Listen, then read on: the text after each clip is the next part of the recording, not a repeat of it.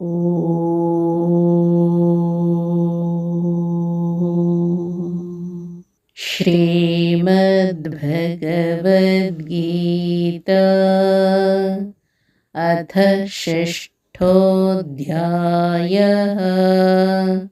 आरनेय अध्याय ध्यानयोगः।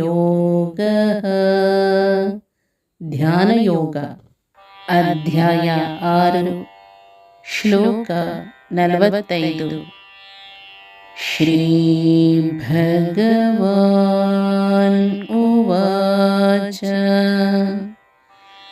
ಪ್ರಯತ್ನಾದ್ಯತಮಾನಸ್ತೋ ಯೋಗಿ ಸಂಶುದ್ಧ ಕಿಲ್ಬಿಷಃ ಅನೇಕಜನ್ಮ ಸಂಸಿದ್ಧಃ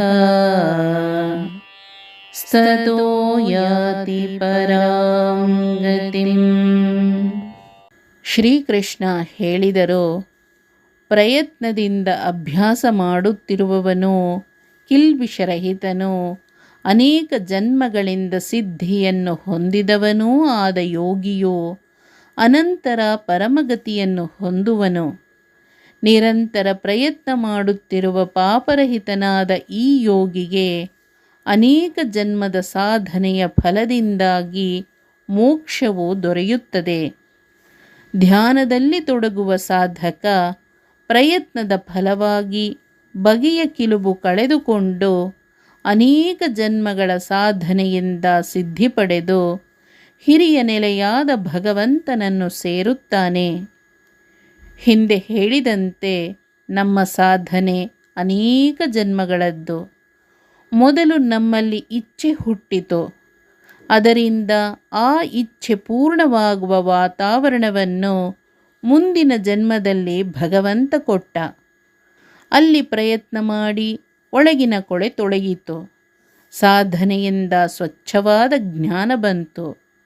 ಈ ಜ್ಞಾನ ಮತ್ತು ಸಾಧನೆಯಿಂದ ಅನೇಕ ಜನ್ಮಗಳ ನಂತರ ಶಬ್ದ ಬ್ರಹ್ಮನನ್ನು ಮೀರಿ ಭಗವಂತನನ್ನು ಕಾಣಲು ಸಾಧ್ಯ.